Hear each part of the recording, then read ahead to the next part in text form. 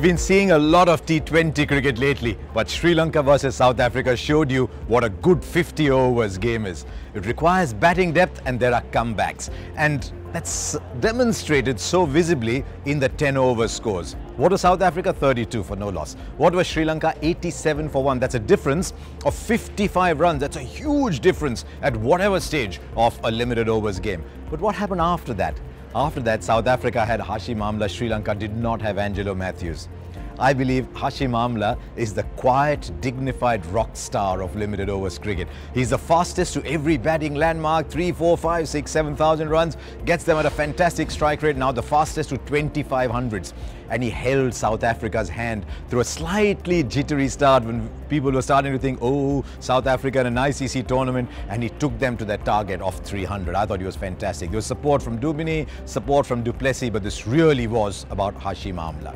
And then what happened? 87 for 1. They needed the guiding hand of Angelo Matthews, the calm hand to take them as close as possible. They didn't have that. They didn't have the depth. And Sri Lanka went like that and just plummeted down very quickly thereafter. And I'm afraid just didn't have the depth. That's going to haunt Sri Lanka as they go along.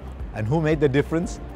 A player I admire enormously in international cricket, that is Imran Tahir. He adds the spice, the paprika, the Tabasco, call it what you will, into what would otherwise have been a very similar attack. Typical South African.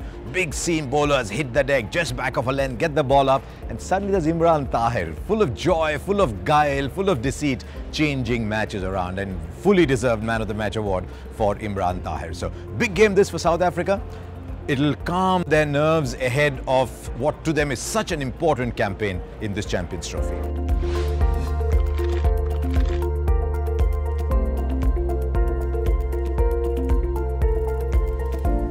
And as usual, we answer a question for you every day. And today it's coming from Jay, who says, what's your take on the inexperienced lower batting order of South Africa? How much can they contribute if the top 4 are gone early? I think that's one of South Africa's strengths, actually. Look who comes 5 and 6.